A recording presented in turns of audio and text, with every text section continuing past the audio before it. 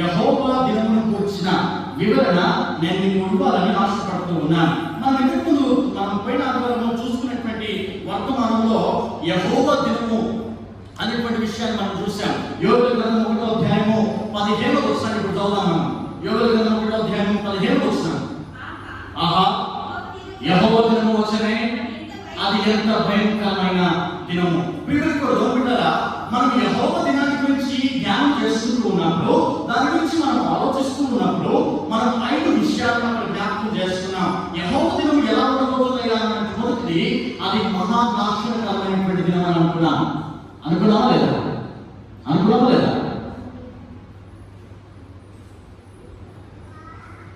సమయం చాలా ఎక్కువైపోయింది.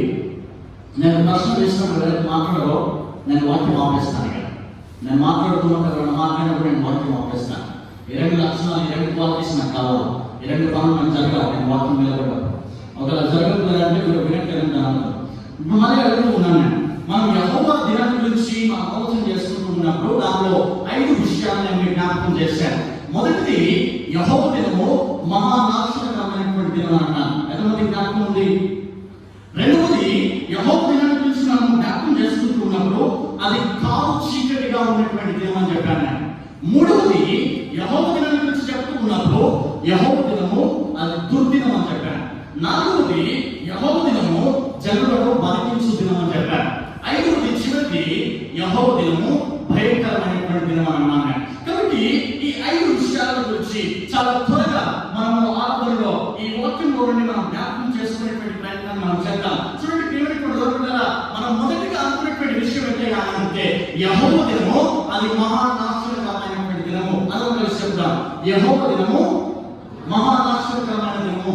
యెహోవా దినము మళ్ళీ చెప్తున్నాను, యెహోవా దినము మహానాశనకరమైనటువంటి దినం. అది యెహోవా దినము మహానాశనకరమైనటువంటి దినము. ఎందుకు మహానాశనకరమైనటువంటి దినము? ఇప్పుడు మనం చూద్దామండి. అదే యోబు గ్రంథము 1వ అధ్యాయము 10వ వచనాన్ని మనం చదువుదాం. 10వ వచనం 11వ వచనం మనం చదువుదాం.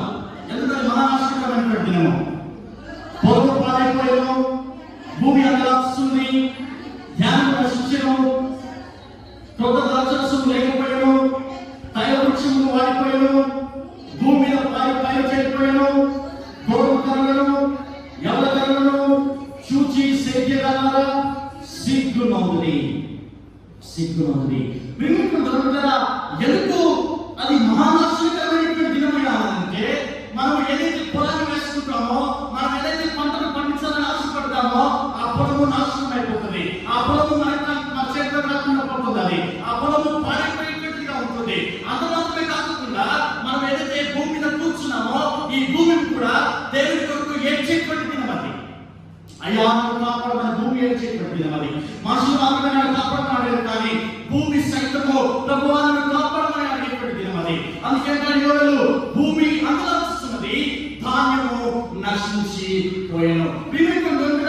ఎందుకైనా యెహోవా దినము మహానాశనకరమైనటువంటి దినం అంటే అది భూమిని, అది పొలమును, అది ద్రాక్షరసమును, అది ధాన్యమును, అది గోధుమను నాశనం చేసేటువంటి దినము కనుక అది పొలాన్ని నాశనం చేసిన తర్వాత, అది భూమిని నాశనం చేసిన తర్వాత, అది గోధుమ పంటను నాశనం చేసిన తర్వాత, అది తిరిగి ఆహారాన్ని నాశనం చేసిన తర్వాత ఇంకా మనిషి బ్రతకడానికి ఏమాత్రం ఆస్కారం ఉండదు ఈ లోకంలో.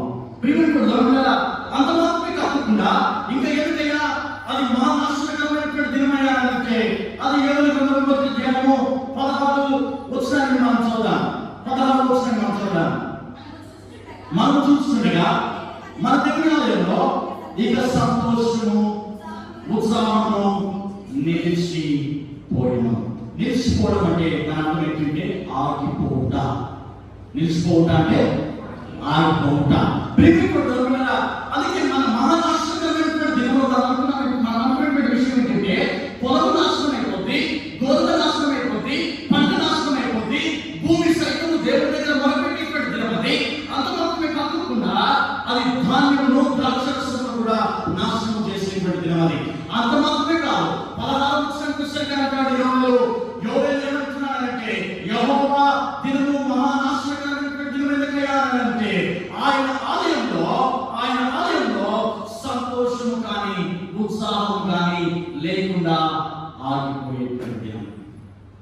అందుకే బైబిల్ మాట్లాడతాడు, యెహోవా దొరుకు కావున మీరు ఆయనను వెతుకుడి. యెహోవా దొరుకు కావున అంటే యెహోవా ఇచ్చేటువంటి రక్షణ నీకు కావాలా, యెహోవా ఇచ్చేటువంటి సంతోషం నీకు కావాలా, యెహోవా ఇచ్చేటువంటి సమాధానం నీకు కావాలా. అది సంతోషము, సమాధానం, రక్షణ ఆ రోజున ఆగిపోయిన తర్వాత నీవు దేవుని మందిరంలోకి వచ్చి అబ్బా తండ్రి నేను మొరపెడుతున్నానంటే అది ప్రయోజనమైనటువంటి ప్రార్థన, అది ప్రయోజనమైనటువంటి ఏర్పడి. ఎందుకంటే దేవుని సంతోషం మందిరంలో నిలిచిపోతుంది, దేవుని ఉత్సాహం మందిరంలో ఆపబడుతూ ఉంటుంది. అందుకని అది మహానాశనకరమైనటువంటి దినం. అందుమాత్రమే కాదు, ఇంకొక విషయం నేను జ్ఞాపకం చేస్తాను. మనము 16వ వచనం చివరి భాగం నుండి చదువుదాం. చాలా ఫాస్ట్గా చదవాలి. మన అందుకే అన్నాను కదా, అది మహానాశనమైనటువంటి దినం. ఎందుకంటే అది పొలాన్ని మొదటిగా నాశనం చేస్తుంది. 10వ వచనంలో పొలమే నాశనం అయిపోయినప్పుడు ఇంకా మనిషికి ఆహారం ఎక్కడ వచ్చింది? కాబట్టి మహానాశనకరమైనటువంటి దినం అంటే తినడానికి తిండి కూడా ఉండదు. ఎందుకంటే భూమి సైతము దేవుని దగ్గర ప్రలాపిస్తూ ఉండేటువంటి దినం అని. ఇప్పుడు మనం చదువుదాం. 16వ వచనం నుండి చివరి భాగం చదువుదాం. మన ఆహారం నాశనం ఆయన విత్తనము మంచి పెడల కింద కుళ్ళిపోతున్నది, పైరు మాడిపోయినందున ధాన్యపు కొట్లు వట్టి వాయిపోయాను.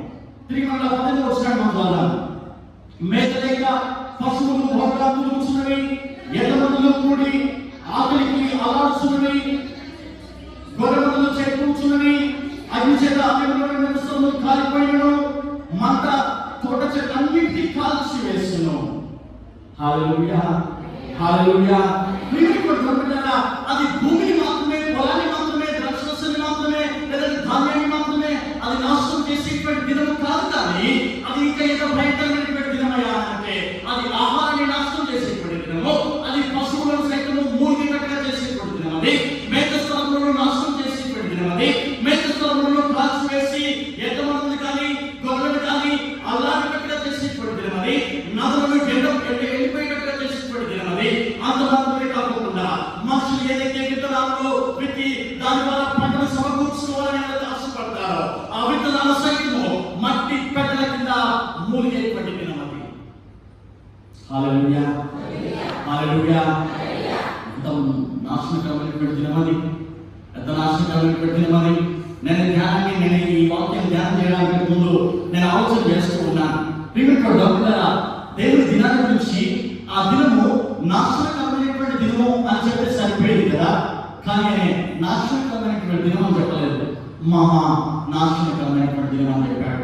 ఎందుకు మహానాశనకరమైనటువంటి దినం అయ్యా అంటే అది పొలాన్ని, భూమిని, మేత వేసేటువంటి స్థలాలను, ఎడ్లను, గొర్రెలను, మనుషులను, పంటను, విత్తనములను అన్నిటినీ సర్వనాశనము చేసేటువంటి దినం.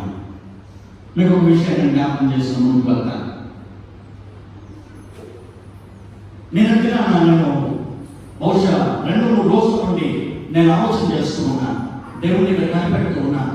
ప్రభా, ఈ ఆదివారం నేనేం బోధించాలా, నాకు నేను నేర్పించండి. మీరు నాతో మాట్లాడితే తప్ప నేను మాట్లాడడానికి నాకు వీల్లేదు.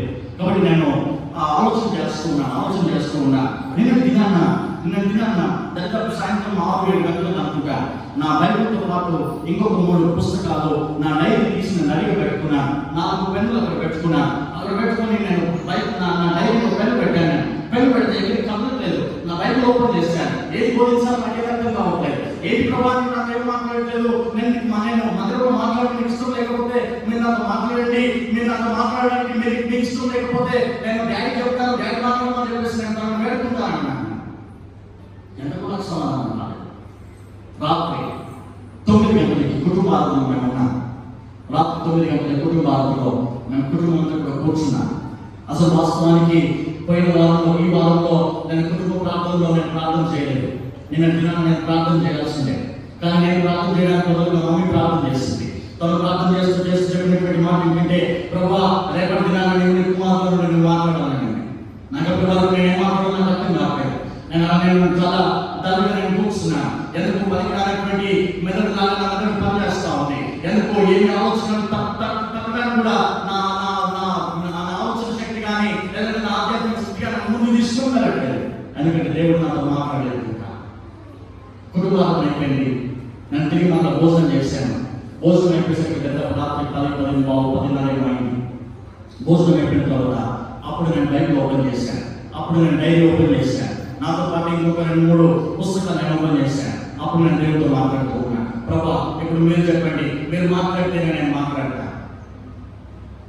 రాత్రి 10:30 దేవుడు మాట్లాడడం ప్రారంభించాడు. రాత్రి 11:30 వరకు దేవుడు నాకు బోధించడం ప్రారంభించాడు.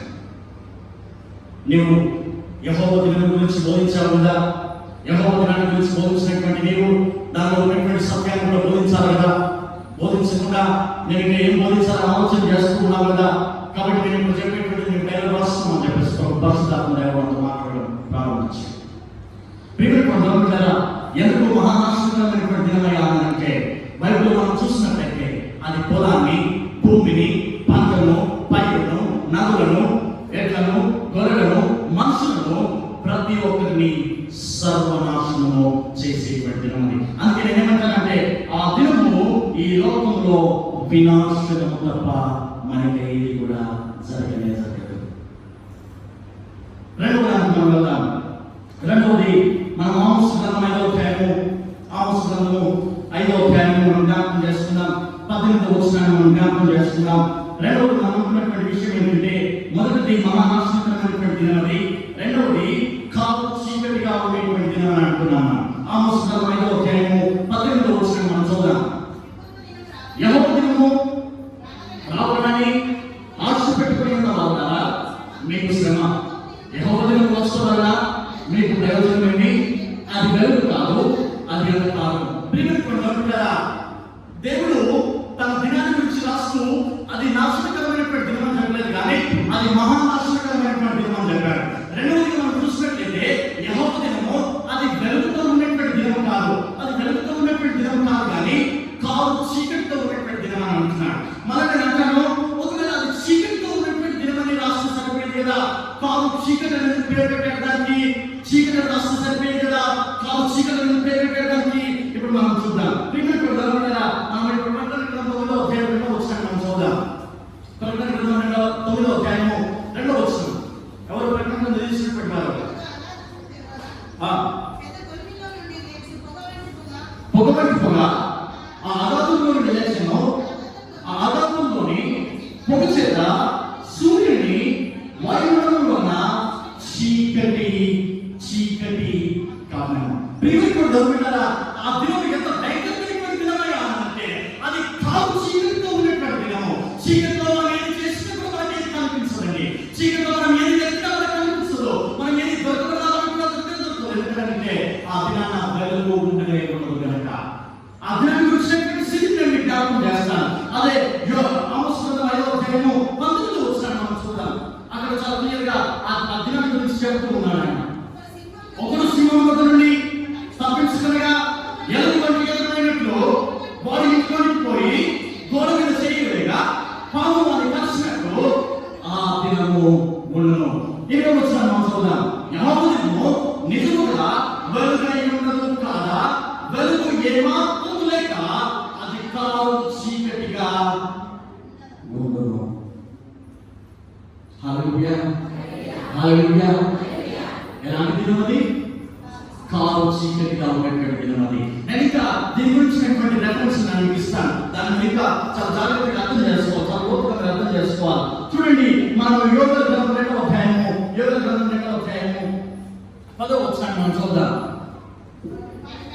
వాటి పైన చేత భూమి కంపిస్తున్నది, ఆకాశం కదలుచున్నది, సూర్యచంద్రులకు తేజోమయత కలుగుతున్నది, నక్షత్రములకు కాంతి తప్పుతున్నది. హల్లెలూయా, హల్లెలూయా, హల్లెలూయా. అది ఎందుకు మహానాశనకరమైనటువంటి దినమయ్యా అంటే, అది ఎందుకు కాదు చీకటితో ఉన్నటువంటి దినమయ్యా అంటే, నీవు చూస్తున్నటువంటి సూర్యుడు కనబడకుండా పోతాడు, నీవు చూస్తున్నటువంటి చంద్రుడు కనబడకుండా పోతాడు, నీవు ఏదైతే నక్షత్రం చూసి ఆనందపడ్డావో ఆ నక్షత్రం కూడా ఆకర్షించడానికి రాకుండా పోతాయి. అందుకో తెలుసా, వాటి ఉన్నటువంటి వెలుగును దేవుడు ఆ దినాన సమాప్తి చేయబోతున్నాడు. దీన్ని నేను ఇంకా మీకు క్లుప్తంగా వివరించిన ముగిస్తాను. 31వ వచనం చూద్దాం. 2వ అధ్యాయం 31వ వచనం. యెహోవా యొక్క దినమైన ఆ మహాదినం రాకముందు సూర్యుడు తేజోహీనుడను, చంద్రుడు రక్త వర్ణమగును. అదని సంగతి. నీకు కనిపిస్తున్నటువంటి సూర్యుడు తేజోహీనుడైపోతాడు. అంటే కనిపిస్తున్నటువంటి సూర్యుడు చీకటిగా మారబోతూ ఉన్నాడు. రాత్రి వేళ చూస్తున్నటువంటి చంద్రుడు రక్తవర్ణుడుగా, ఎరుపుగా మారబోయేటువంటి దినం. హల్లెలూయా, హల్లెలూయా. అజ్ఞానం గురించి అంటే ఆమోసు చాలా క్లియర్గా 5వ అధ్యాయం 9-11 వచనంలో అంటాడు, ఇదిగో ఒకడు సింహం నోటి నుండి తప్పించుకొని వాడు తిరిగి మళ్ళీ పరిగెత్తుకొని వెళ్తా ఉంటే వాడికి ఎలుగుబట్టి కనబడినట్టుగా ఎదురుపడినట్టుగా అర్థమవుతుందని అంటాడు. ఎలుగుబట్టి సైతం తప్పించుకొని వాడి ఇంట్లోనికి వెళ్ళి అది వాడి ఇల్లే, అది వాడి నివాసం చేసినటువంటి ఇల్లే, వాడు కాపురం ఉన్నటువంటి ఇల్లు అయినప్పటికీ వాళ్ళ ఇంట్లోనికి వెళ్ళి తలుపు తీసుకొని గోడ మీద వచ్చి పెట్టినప్పుడు పాము వచ్చి కలిసినట్టుగా అది అంటున్నాను. ఈ వాక్యం నేను ధ్యానం చేస్తూ ఉంటే నాకు తోలు కొడుతూ ఉంది, నాకు భయం వేస్తూ ఉంది. ప్రభావితంగా ఇంత భయంకరమైనటువంటి దినాన్ని ఎవరైనా తప్పించుకునేటువంటి అంటే యోగ గ్రంథంలో అంటాడు, ఆయన మహాదినం, ఆయన మహా అంతకాలమైనటువంటి దినము నుండి, ఆయన భయంకరమైనటువంటి దినము నుండి తప్పించుకునేటువంటి వాడు ఎవడు? ప్రియమైనటువంటి బిడ్డలారా, అందుకే నేను రెండవది అంటాను, ఆ దినము తేజోహీనత కలుగు చేయు దినము, సూర్యుడు నాపై చంద్రుడు ఏర్పడేటువంటి దినం అది. రెండవది. మూడవది నేను జ్ఞాపకం చేస్తాను. మూడవది మనం అనుకున్నటువంటి ఏంటంటే యెహోవా దినము దుర్దినం అని చెప్పాను. ఇప్పుడు మనం యెహెజ్కేలు గ్రంథము, జెఫన్యా గ్రంథాన్ని మనం తీసుకుని పెట్టుకున్నాం. ఎవరైతే యెహెజ్కేలు గ్రంథాన్ని తీసుకుని పెట్టుకున్నాం, యెహెజ్కేలు గ్రంథం 30వ అధ్యాయం 3వ వచనము, ఇంకొకరు జెఫన్యా గ్రంథము 1వ అధ్యాయం 2-3 వచనం, ఇంకొకరు ప్రకటన గ్రంథం 9వ అధ్యాయము 6-7 వచనాలు అడిగి పెట్టుకున్నాం. 3 రెఫరెన్స్. ఇప్పుడు మనము ఎందుకు యెహోవా దినము దుర్దినం అని మనం జ్ఞాపకం చేసుకున్నామో దాన్ని నేను వివరిస్తాను మీకు. చూడండి, ఇప్పుడు యెహెజ్కేలు గ్రంథము యెహోవా దినము వచ్చినో అది దుర్దినము, అన్ని జనులు శిక్షణము దినము. హల్లెలూయా, హల్లెలూయా, హల్లెలూయా. మొదటి దినం అనుకున్న విషయం ఏంటంటే యెహోవా దినము మహానాశనకరమైనటువంటి దినము. రెండవది అది కాపు చీకటిగా ఉన్నటువంటి దినము. మూడవది అంటాడు యెహెజ్కేలు యెహోవా దినము అది యెహోవా దినము దుర్దినము. ఇప్పుడే కదా మనం చెప్పుకునేది యెహోవా దినము దుర్దినం. ఎందుకు అది దుర్దినం అని మీకు జ్ఞాపకం చేస్తాను. జెఫన్యా గ్రంథము 1వ అధ్యాయము 2వ వచనం మనం చూద్దాం. దాని గురించినటువంటి వివరణ జెఫన్యా గ్రంథంలో జెఫన్యా భక్తుడు మనకు చదివిస్తూ ఉన్నాడు. చూడండి ఒకసారి. ఏమీ విడవకుండా భూమి మీద ఉన్న సమస్తమును నేను ఊడ్చివేస్తాను, ఇదే యెహోవా వాక్కు.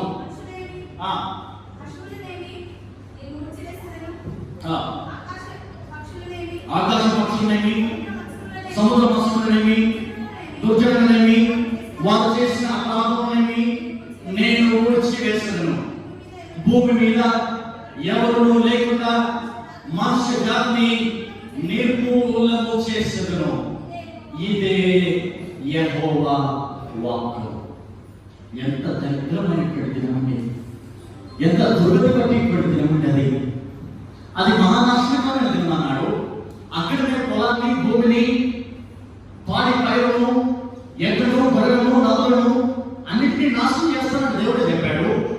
రెండవది కూడా అది కాలు చీకటిగా ఉన్నటువంటి దినం అని దేవుడు చెప్పాడు.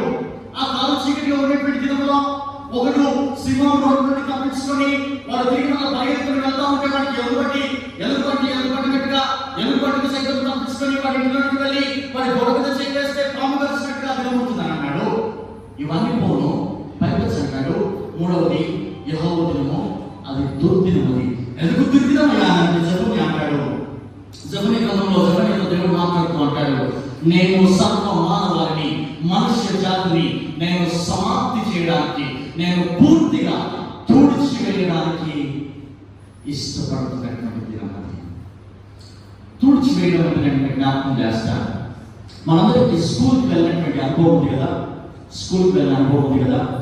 స్కూల్లో లాస్ట్ పీరియడ్ అప్పుడు ఏదైనా బోర్డు మీద రాస్తే లాస్ట్ పీరియడ్ అయిపోయాక అందరూ టీచర్తో సహా స్టూడెంట్ అందరూ వెళ్ళిపోతారు ఇంటికి. తిరిగి మనం నెక్స్ట్ డే ఫస్ట్ పీరియడ్ అప్పుడు టీచర్ కానీ స్టూడెంట్స్ కానీ క్లాస్లోకి వచ్చిన తర్వాత దానికంటే ముందు రోజు రాసినటువంటి ఏదైతే పాఠము ఏదైతే లెసన్ బోర్డు మీద ఉంటుందో అట్లనే ఉంటుంది కదా తుడిపేయాలి కనుక. టీచర్ వచ్చిన తర్వాత ఎవరైనా లేదంటాడు ఈ బోర్డు తుడిపేయండి అని అంటాడు. తుడిపేసిన దాంట్లో 2 విధానాలు ఉంటాయి. కొన్నిసార్లు మనం బోర్డు తుడిపేస్తే కూడా ఆ అక్షరాలు మనకు కనిపిస్తూ ఉంటాయి, అవునా కదా? ఆ అక్షరాలు మనకు కనిపిస్తూ ఉంటాయి. కానీ అక్షరాలు కూడా కనిపించకుండా తుడి చేయాలి అని అంటే దానికి ఇంత నీరు అప్లై చేయాలి, అవునా కదా? ఇంత నీరు మనం అప్లై చేసి బోర్డుని తుడి చేసామనంటే బోర్డు అంతా కూడా ఎంత నల్లగా మనం కొన్నప్పుడు ఉండదో అంతే నలుగుగా కనిపిస్తూ ఉంటుంది. కాబట్టి ఇక్కడ దేవుడు చెప్పేటువంటి విషయం కూడా ఏంటయ్యా అంటే దుర్దినమున నేను సమస్త మనుష్య జాతిని నిర్మూలము చేయబోతున్నటువంటి దినము అది. అంత భయంకరమైనటువంటి దినం అది. ప్రియమైనటువంటి అదే చెప్పిన గ్రంథము 1వ అధ్యాయము 18వ వచనం చూద్దాం. మనం 18వ వచనం చూద్దాం. అక్కడ ఒక భయంకరమైనటువంటి మాటను దేవుడు వాడుకుంటున్నాడు. చూడండి ఒకసారి.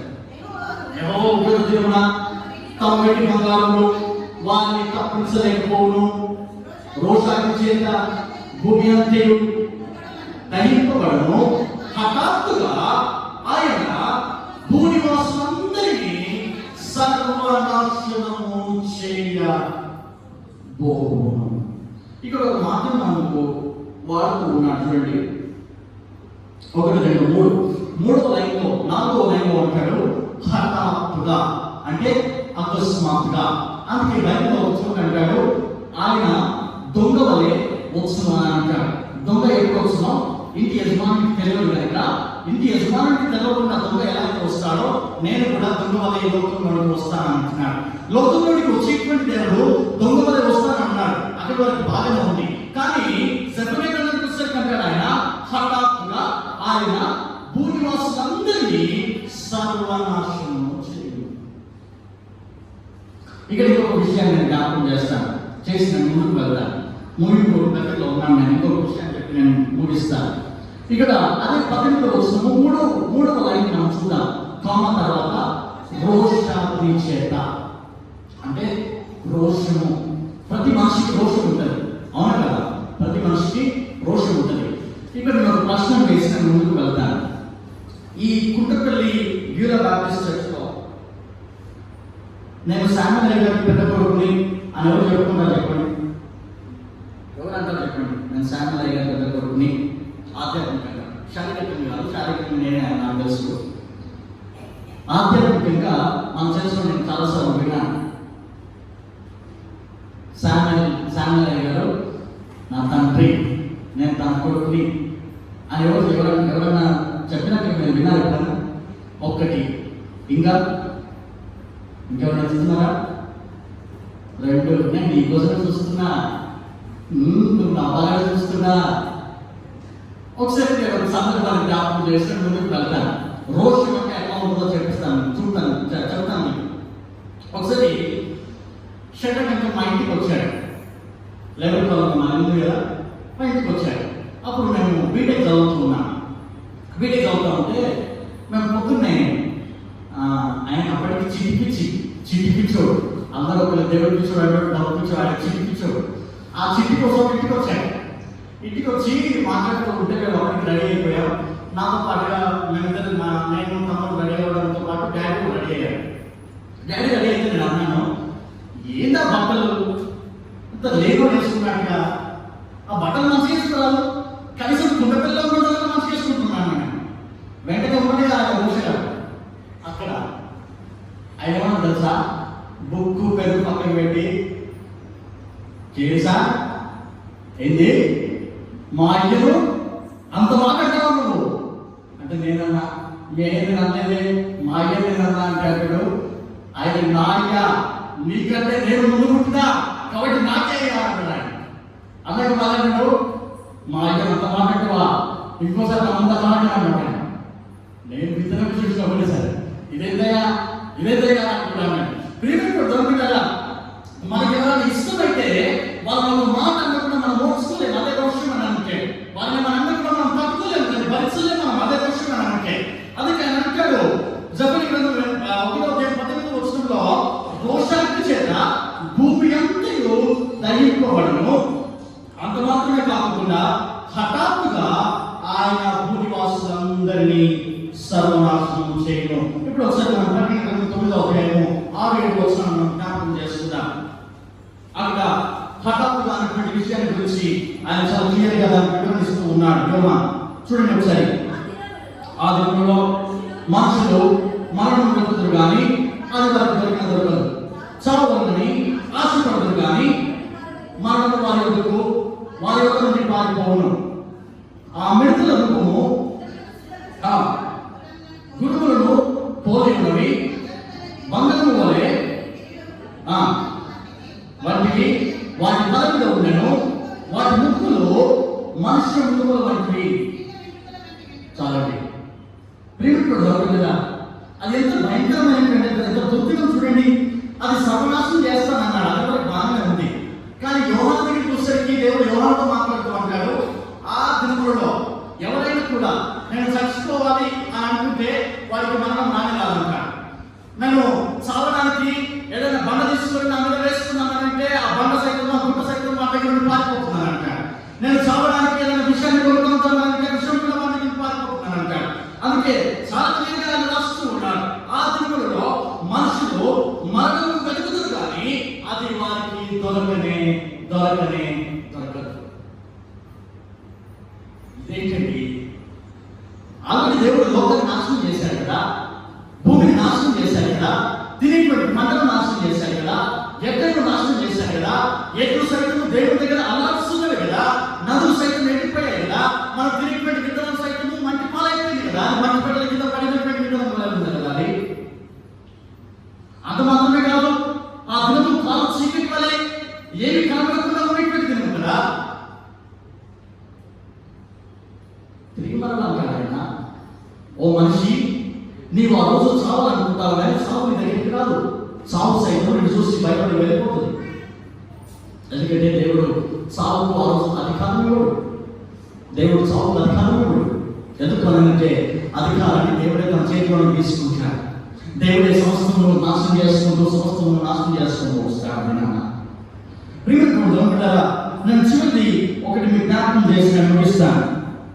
4వది మనం అనుకునేటువంటి విషయం ఏంటంటే యెహోవా దినము జనులను వానకు పుట్టించు దినం అని అంటున్నా. ఇప్పుడు తిరిగి మనం యోబేలు గ్రంథము 2వ అధ్యాయము 1వ వచనాన్ని మనం వద్దాం. యోబేలు గ్రంథము 2వ అధ్యాయము 1వ వచనాన్ని వద్దాం. సీయోను కొండ మీద బాకాముడి, నా పరిశుద్ధ పర్వతం మీద హెచ్చరిక నాదము చేయండి. యెహోవా దినము వస్తుందనియు అది సమీపమైననియు దేశ నివాసులందరూ వణకుదురుగాక. హల్లెలూయా, హల్లెలూయా, హల్లెలూయా. ఎందుకు దేశం వస్తున్నాడు మనకిచ్చేటువంటి దినమైనా అంటే ఆ దినము శిక్షకు అప్పగించేటువంటి దినము కనుక. అందుకే ఉపదేశ గ్రంథము అంటాడు ఆయన. ఉపదేశ గ్రంథం చూడండి, ఆమోస్ గ్రంథం తర్వాత ఉపదేశ గ్రంథం ఉంటుంది. ఉపదేశ గ్రంథము 1వ అధ్యాయం 15వ వచనంలో దాని గురించినటువంటి వివరణ ఉపదేశ చెప్తూ ఉన్నాడు. యెహోవా దినము అన్యజనులందరికీ వచ్చుచున్నది, అప్పుడు నీవు చేసినట్టే నీకు చేయబడును, నీవు చేసినదే నీ నెత్తి మీదికి వచ్చును. ఏంటి దాని వివరణ జ్ఞాపకం చేసి నేను ముందుకు వెళ్తాను.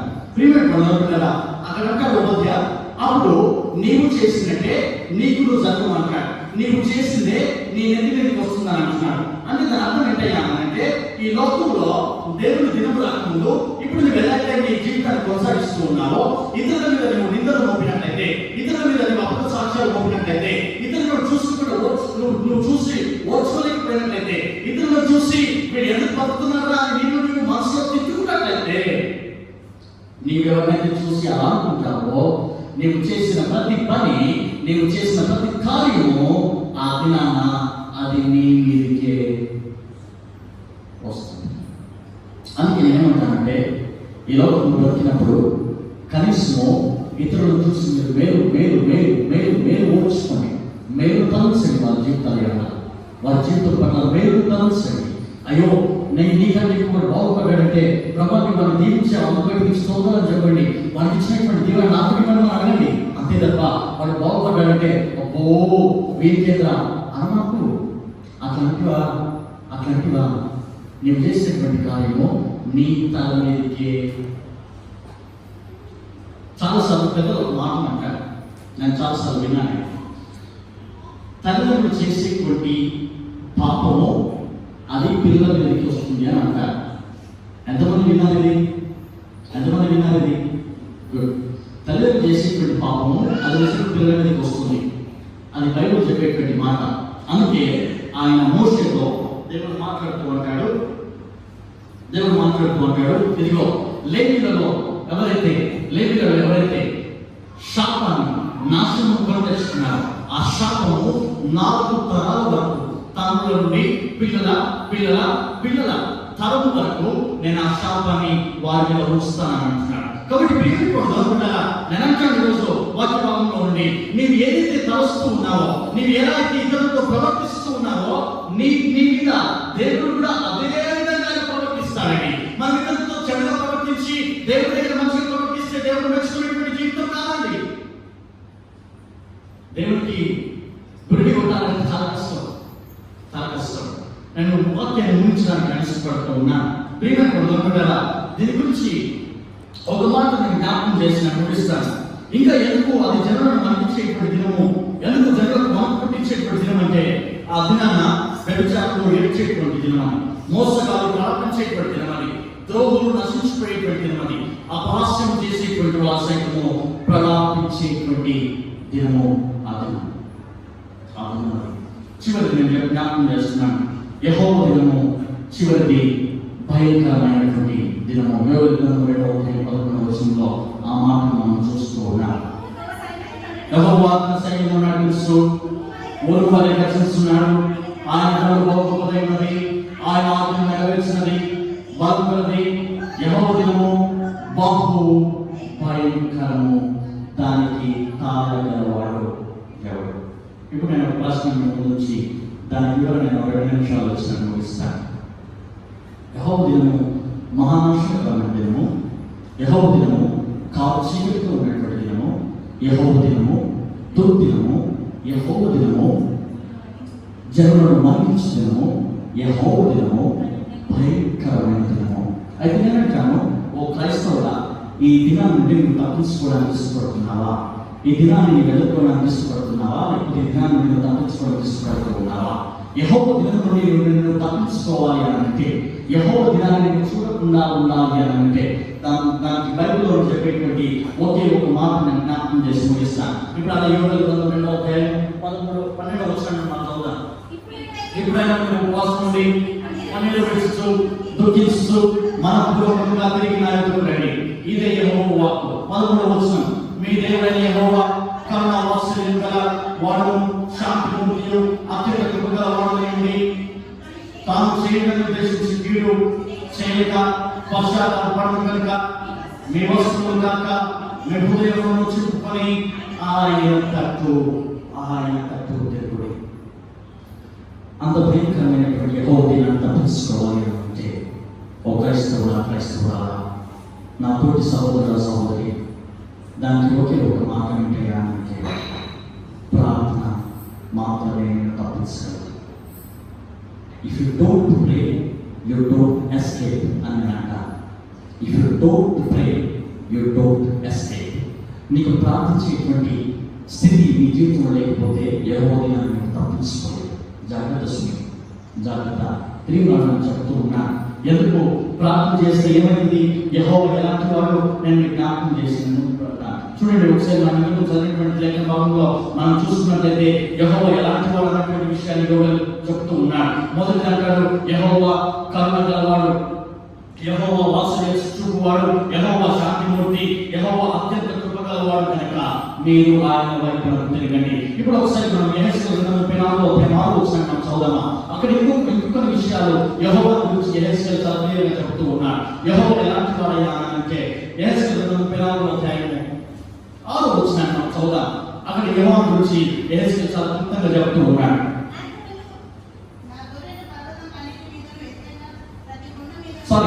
యెహెజ్కేలు నిర్గమకాండం 34:6 నిర్గమకాండం 34:6